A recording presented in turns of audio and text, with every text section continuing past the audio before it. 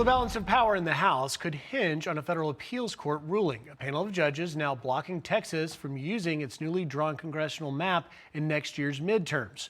Brooke Taylor has the details in Dallas. Good morning, Brooke. Hi, Griff. Yeah, this decision was made by a panel of 3 federal judges, and one of the judges who voted to block the GOP new map was a Trump-appointed judge, Jeffrey Brown. In this 160-page ruling, the Judge Brown there said, quote, politics played a role in drawing the 2025 map, but it was much more than just politics. Substantial evidence shows that Texas racially gerrymandered the 2025 map. Earlier this year, President Trump pushed Texas Republicans to redraw its congressional map to help the GOP keep their slim majority for the 2026 midterms. Now, this is the redistricting map right here that passed earlier this year. It was aimed to help Republicans flip 5 Democratic House seats. This sparked a nationwide redistricting battle across the country. You might remember Democrats fled Texas for 2 weeks to try and even block this vote. Now, in retaliation, California also drew its congressional map. Governor Newsom praising this decision on X, saying, quote, Donald Trump and Greg Abbott played with fire, got burned, and democracy won. And now, of course, there are questions about what this ruling means for his state. Governor Abbott, meanwhile, slammed this decision. He shared, quote, the legislature redrew our congressional maps to better reflect Texans' conservative voting preferences and for no other reason. Any claim that these maps are discriminatory is absurd and unsupported by the testimony offered during 10 days of hearing.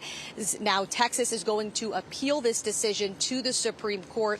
A lot weighs, though, in the balance here, and timing matters with the 2026 midterm elections and the Republican majority really in jeopardy, Griff.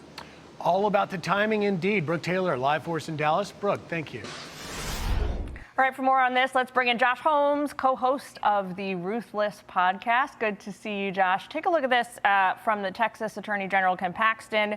He reacted to the ruling, saying, for years, Democrats have engaged in partisan redistricting intended to eliminate Republican representation. But when Republicans respond in kind, Democrats rely on false accusations of racism to secure a partisan advantage. What do you say to that?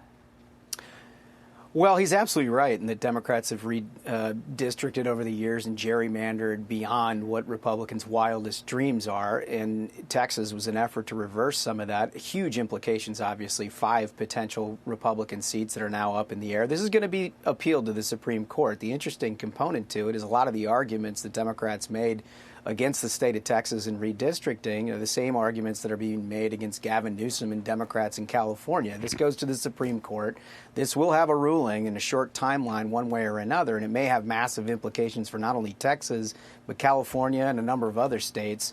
So the House of Representatives, unfortunately, at this point, may be determined in large part by the court system. So, Josh, we'll see where this goes with President Trump's effort on the mid-census redistricting. But what about just hitting the campaign trail? This Politico article caught our eye. Here's the headline. We can read it for you. It says, Republicans fear a midterm slump without Trump on the trail. Within the article, you see Trump remains a singular motivator for the MAGA base, according to interviews with 11 Republican Party chairs, officials, and operatives across the Rust and Sunbelt states. Obviously, we did not see in New Jersey or in Virginia President Trump on the trail. But at the end of the day, we're also seeing this sort of fight for who can frame the affordability issue better, Democrats or Republicans. And as you know, you want to put your best salesman on the campaign trail, and nobody sells it better than President Trump. You're absolutely right, Griff. President Trump is without equal within the Republican Party and the Democratic Party. He's the best political salesman that we've seen in generations.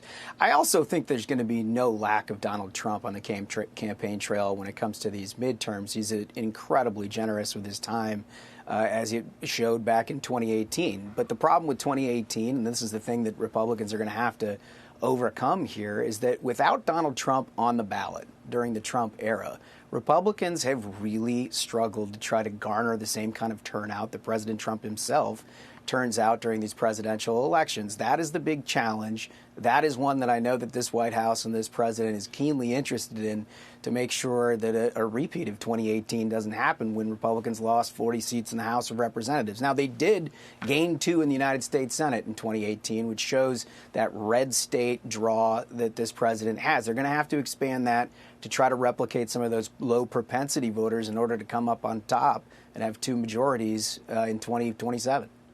Josh, do Republicans take any solace from what we saw appear to go down on Capitol Hill yesterday, which was MAGA-based lawmakers moving out ahead of the president, right, on the Epstein files, and him then appearing to follow suit, right, and change his mind? That, some Republican analysts say, speak to the staying power that MAGA now has, even independently of the president. Yeah, look, I think that all of these candidates are going to matter ultimately, but a huge part of the midterm for a party in power is what people think about the President of the United States. I kind of think the Epstein piece is sort of irrelevant, Jillian. My sense is this is a real moment in time. You've got a Democratic Party that for 20 long years had absolutely no interest in the Epstein files whatsoever, and as soon as they thought there was a touch of political ground to be made up, they decided that that was something to take great interest in. Well, we're learning it was for good reason, right? I mean, good that the reason for the Democrats wanted to Democrats. stay away. Yeah, well, yeah, no, I think they've got a lot of liability, which we'll probably find out in the next couple of weeks as all these things come cascading out. But I think the midterms, by and large, are going to be decided on the economy. What party is better at managing, has better prescriptions for the American people. That has always been the time-tested issue, the cornerstone of how people make up their mind in off-year and midterm elections, and I think this one's probably not going to be any different. Yeah, that's a great point. I've said that President Trump shouldn't wait until the midterm races size up. Get out there now, early, and frame how to bring the American dream back. We'll see if that happens, Josh. Thank you. Thanks, Josh. Yeah, I think he will. I think that's going to happen. Thanks, guys. Good to see you. I'm Steve Doocy. I'm Brian Kilmeade. And I'm Ainsley Earhart. And click here to subscribe to the Fox News YouTube page to catch our hottest interviews and most compelling analysis.